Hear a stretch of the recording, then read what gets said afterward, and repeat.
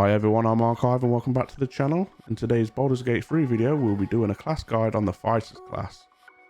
We'll be going over the class features, what are some of the best racial choices, and also taking a look at the fighters' fighting styles and abilities. And last but not least, taking a look at the fighters' martial archetypes, which will be your choice of subclass.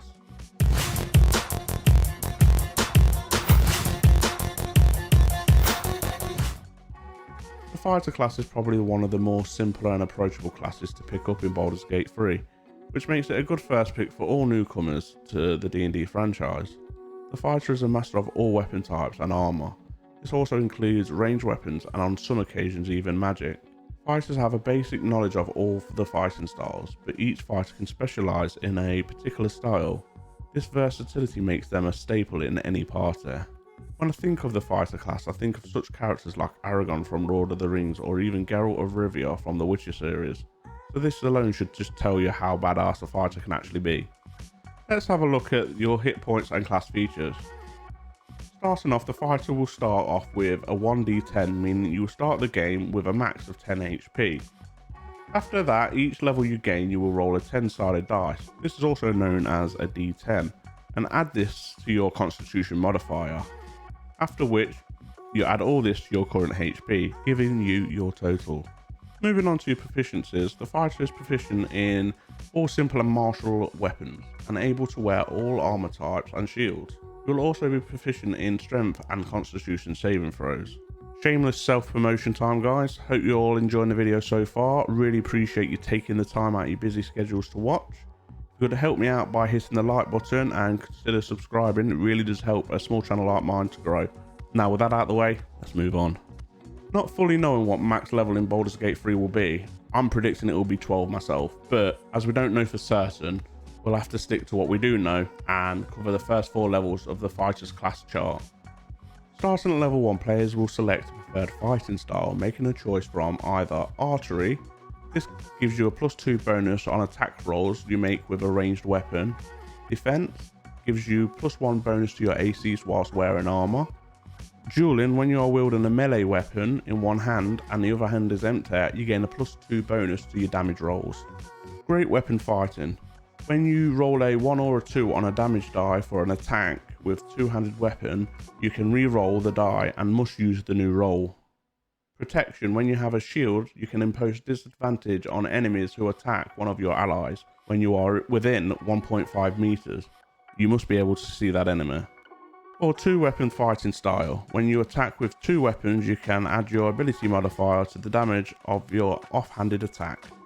At level 1, the fighter also gains the ability Second Wind. This is a self-healing ability that allows you to regain a 1d10 plus your fighting level to your health. You're only able to use this once per short or long rest though.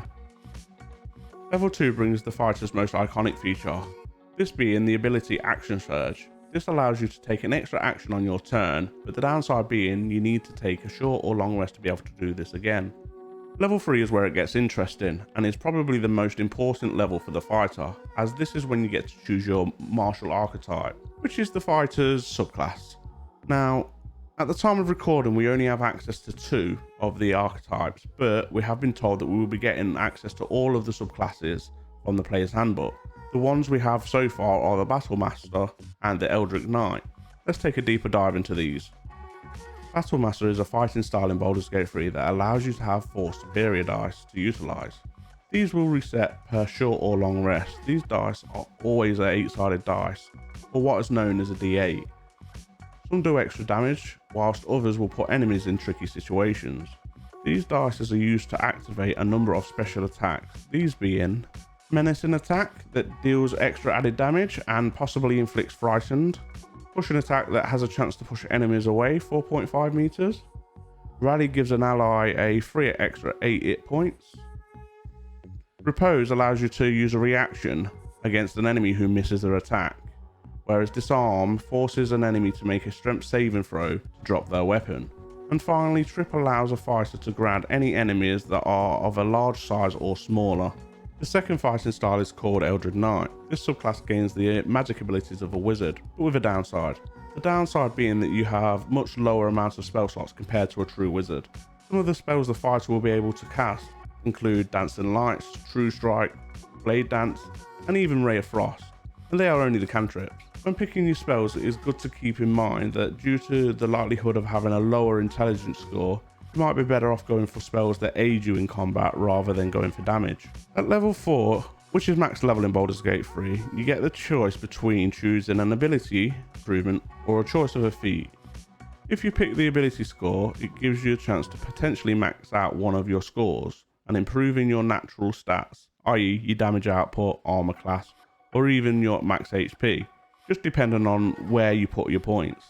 Or you can opt in to pick a feat. But what is a feat? Well, it's a talent or a special ability that allows you to perform or experience powers beyond your normal capability.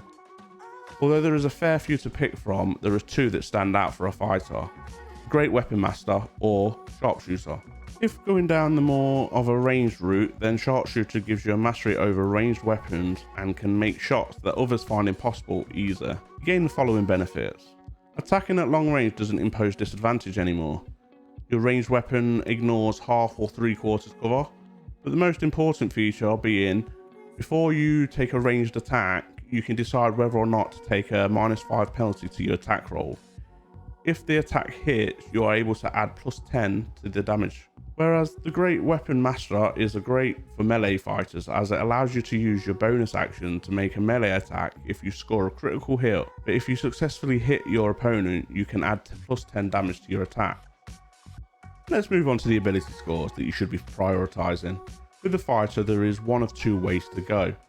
If you're a sort of person that wants to use heavy armor and use heavier type weapons, then you want to think about strength as your main focus point. But if you're more into being agile and want to use light weapons, which includes ranged weapons by the way, then you might want to think about putting most of your points into dexterity. Constitution should be your second priority, as it is important for a fighter, as it will help with your HP. And as you are likely to be in situations where you sustain a lot of damage, HP always helps. And finally, the third priority is really up to you. Players wanting to lean more into the Eldritch Knight route though might want to think about investing a little more into intelligence, as this will help with your casting abilities later on. Wisdom and charisma are more of a dump stat though, meaning that they are not really relevant and are more of a role-playing choice for the fighter. With races, I'll start off by saying there is no real right or wrong race to pick, as I always think you should play what makes more sense to the character you have in mind. Now, there was always going to be that one race that makes your fighter stronger, sure, but for the best part, just play what you want. With that all said, if you're going down the strength route, my personal favourite race is the Dwarf, which fits perfectly as they are tough and they give you a +2 to your constitution. And if you go into the sub-race of Shield Dwarf, they will also give you +2 to your strength. With Dwarf, you also get the racial features such as Dark Vision. This allows you to see up to 60 feet in low or dim light. Dwarven Resilience, which gives you the advantage on saving throws against poison and resistance against poison damage. Although not officially in the game as of yet, the Half Orc is also a great choice for a strength based fighter, as they give you a +2 to strength and a +1 to constitution. They also give you some great racial features, these being Dark Vision, which I explained earlier, Relentless Endurance, so when your HP is reduced to 0 but you're not killed outright, you can drop to 1 hit point instead. Now you can't use this feature again until you've finished a long rest, but it's a good get out of jail free card.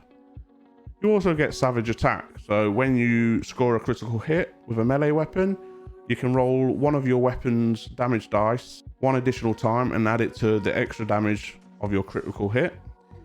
But if you're looking at going down the more nimbler route, this meaning the dexterity route, then the High Elf is a good place to start, as they give you a +2 to dexterity and a +1 to intelligence. You also get some good racial features, these being Keen Sense, Dark Vision, and the more notably, Fey Ancestry, giving you advantage on saving throws against being charmed, and you're also not able to be put asleep by any magical means. And there we have it, the fighter class. Will you be adding a fighter to your party? If not, what class will you be playing? Let me know in the comments down below. And I hope you enjoyed the video. I'm planning on doing a guide video for all the classes leading up to the game's full release, so be sure to hit the thumbs up button and subscribe. And I'll see you in the next episode of Baldur's Gate 3. Bye.